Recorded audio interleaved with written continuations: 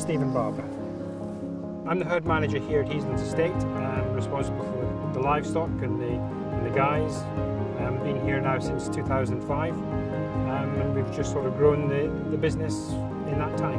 We're a herringbone, 40-40 herringbone parlour with 2 guys operating in it. When I came here it was below 400 and we've grown it back to the 500 to where it was when the sheds were set up. And we've grown that from within. We haven't brought any animals in. We're now a closed herd completely. We're selling between 10,500 and 11,000 litres per animal per year.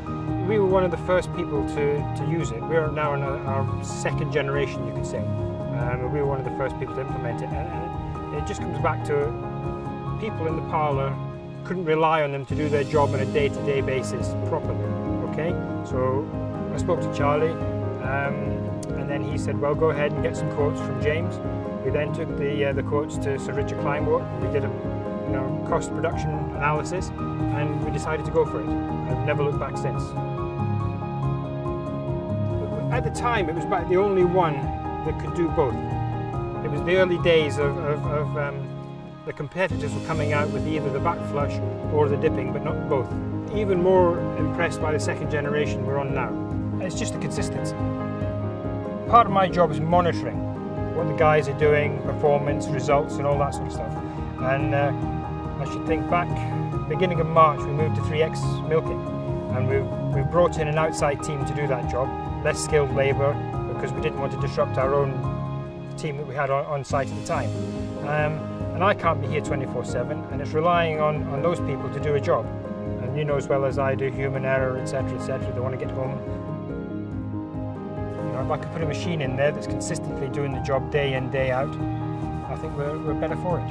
The way we work, it's certainly cut down on infection from cow to cow. We don't have the infectious mastitis. Our main mastitis is E. coli, which is environmental rather than parlour-based. So that's not an issue. But teat condition has always been quite high on my must-have list. SEC records have always sort of averaged between 100 and 150. We get the odd spikes. But because we know the ADF is doing what it's doing, we can look elsewhere for why those spikes happen. Do you follow the logic? We've got our mastitis levels down to record lows at the moment. Maybe that's the reason we haven't got contagious mastitis in the parlour, because it's there. You know, every time we sample a case of mastitis, 9 times out of 10 it's an E. coli, which is environmental cubicles. So you could argue that's why we don't have the other types of mastitis, because the ADF is keeping it all clean and at bay.